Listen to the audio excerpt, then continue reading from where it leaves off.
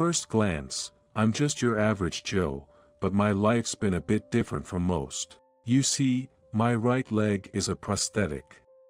I lost it in an accident when my daughter Mia was just a little girl. After becoming disabled, I had to quit my job at the time. In a tough job market, I bounced around part-time and contract jobs. My wife supported me through it all, never wavering. One day, Mia won a gold medal in an art competition, and started dreaming of art school. I looked up the cost for art school and almost had a heart attack. With my earnings at that time, it was out of the question. I even doubted if I could afford to send her to a regular college. In my panic, I decided to take on a job as a well-paid truck driver. By then, I'd mastered using my prosthetic and could handle hard work just fine. Additionally, I used to be a competitive swimmer, even made it to nationals. I've always been confident in my physical and mental stamina, which helped me handle tough jobs. However, while I was away, my wife passed away suddenly. I rushed back, but the funeral was already over, and she had been placed in a small urn. With eyes swollen from crying, Mia yelled at me. "Why weren't you here?" Even though I was working to provide, I had left my most important family behind. Since that day, it had been hard to come home, and I saw Mia even less. Working away from home meant I could provide for Mia's tuition, though. I realized it had been 15 years since I had properly spent time with her. Then one day, it happened out of the blue. "Hi Dad, how have you been? I'm getting married." Mia's sudden message floored me. Wait, you have someone? "Of course. I meant to tell you, but we could never connect.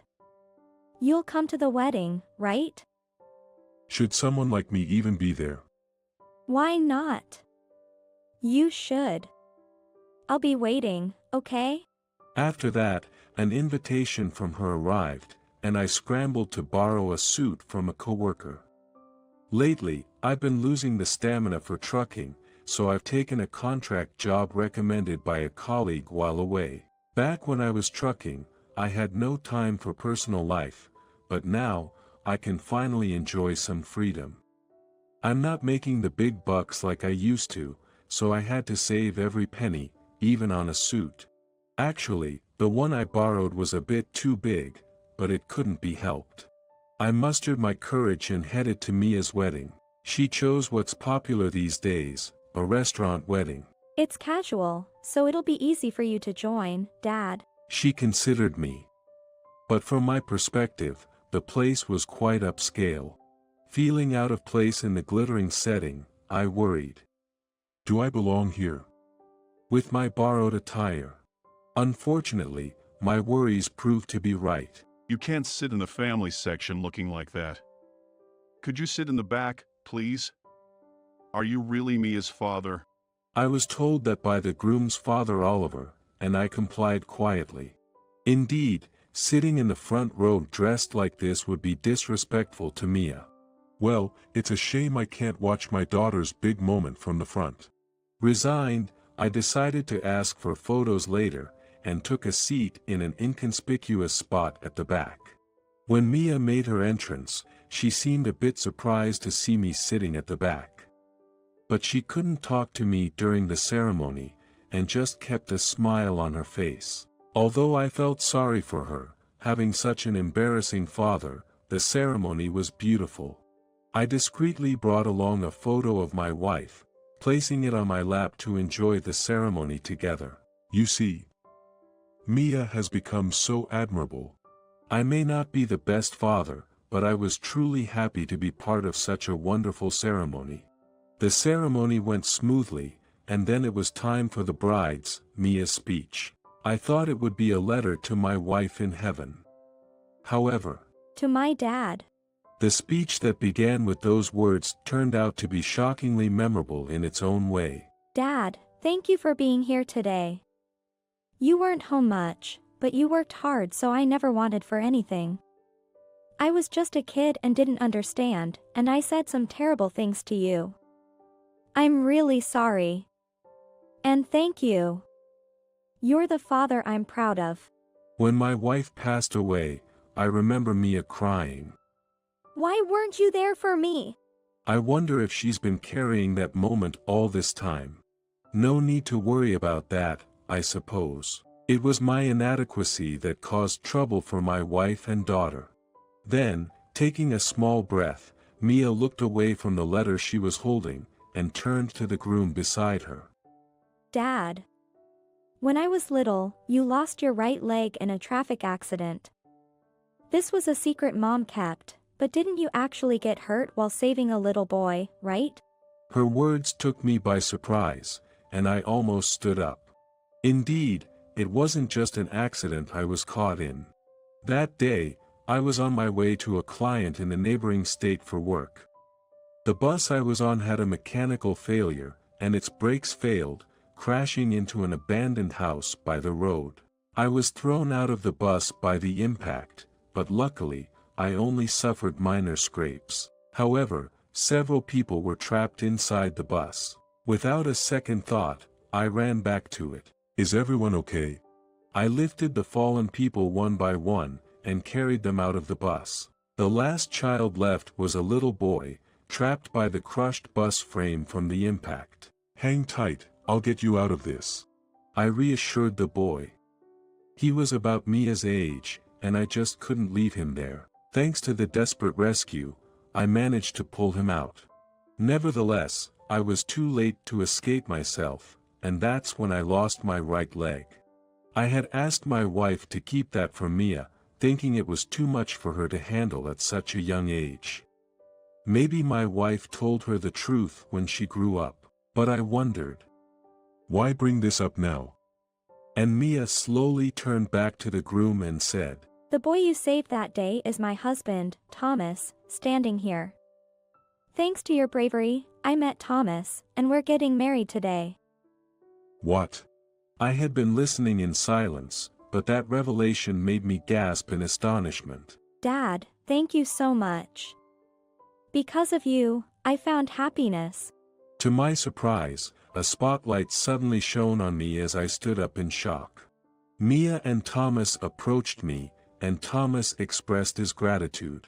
You saved my life. I can't thank you enough, no matter how much I try. Taken aback by the sudden confession, I quickly smiled and responded. So the boy from that time has grown up this much. I've been worried about you ever since the accident. You had a head injury then, were you all right? At that moment, he seemed on the verge of tears. You suffered much more because you saved me. Don't say such sad things. I have no regrets. And my right leg is a small price to pay compared to your life. I might have caused my daughter hardship because of my shortcomings, but in return, you'll make her happy from now on. Then, he firmly grasped the hand I offered. Before we knew it, a spotlight was on us, and the crowd erupted in thunderous applause. After the ceremony, although I was still slightly dazed, I was invited into the room. As soon as I entered the room, Thomas's father Oliver waited there, and offered me a deep apology. I can't believe what I've done to the man who saved my son's life. I was a little surprised by his sudden sincere apology. It's all right. I'm not bothered by it at all. No! Even if you forgive me, I can't forgive myself. With no sign of the apology stopping, I interrupted him and started talking. You know, though I was working, I was a terrible father who hardly ever came home. I didn't even know my daughter was dating your son. Having her marry such a fine young man is a joy in my life. I'm not the admirable father like you. I'm not worthy of your respect. I've failed as a father. No way! I hadn't noticed her approach. Still in her wedding dress, Mia crouched down just like us to meet our gaze. Dad is my pride and joy. Didn't I say that in my speech? Dad, you're brave, kind, and the best dad in the world. She spoke with a hint of anger. Beside her, Thomas also began to speak. Exactly. You're the best father. Whereas my father was with all pride and disrespected you, right? Seriously, Dad, reflect on your actions. learn from Henry. At Thomas's stern words, Oliver looked like he was about to cry. Despite everyone being neatly dressed up, here we were all having such a cruel conversation. The absurdity of the situation made me burst out laughing. Seeing that, Mia and Thomas also started to laugh. Oliver seemed a bit bewildered at first, but eventually, he joined us with a smile. Regarding that incident, I really wasn't bothered, and since Oliver apologized profusely, we called it even. Afterward, I rented an apartment near Mia's and Thomas's place. Thanks to the job Oliver hooked me up with, I'm making enough to live on my own comfortably. Lately, I've been looking forward to going golfing with him on weekends. I was out of sorts back then. With my son's wedding being such a big deal, I was all wound up to think it had to be absolutely perfect. Oliver looked gloomy as he talked about that time. I understand how you felt. My daughter means the world to me too. I shouldn't have worn that oversized suit that didn't fit properly. I'm sorry. Not at all. I'm entirely at fault here. You did nothing wrong. If I were in your shoes, I might have done the same thing. After all, it's my daughter's wedding. Children are invaluable treasures for parents, you know. I understand how you feel. Right, for us, children are the most precious treasures in the world. I've lived a completely different life from Oliver, but on that point alone, I can empathize. Even as we talk like this, the conversation usually revolves around our children. You know, when we have grandchildren someday, we're probably going to spoil them rotten. Yeah, you're right. We might end up spoiling them to the point where Mia scolds us for it. We laugh together as we imagine the future that will surely come someday. Although life has been challenging so far, I'm sure that only happiness awaits us in the future.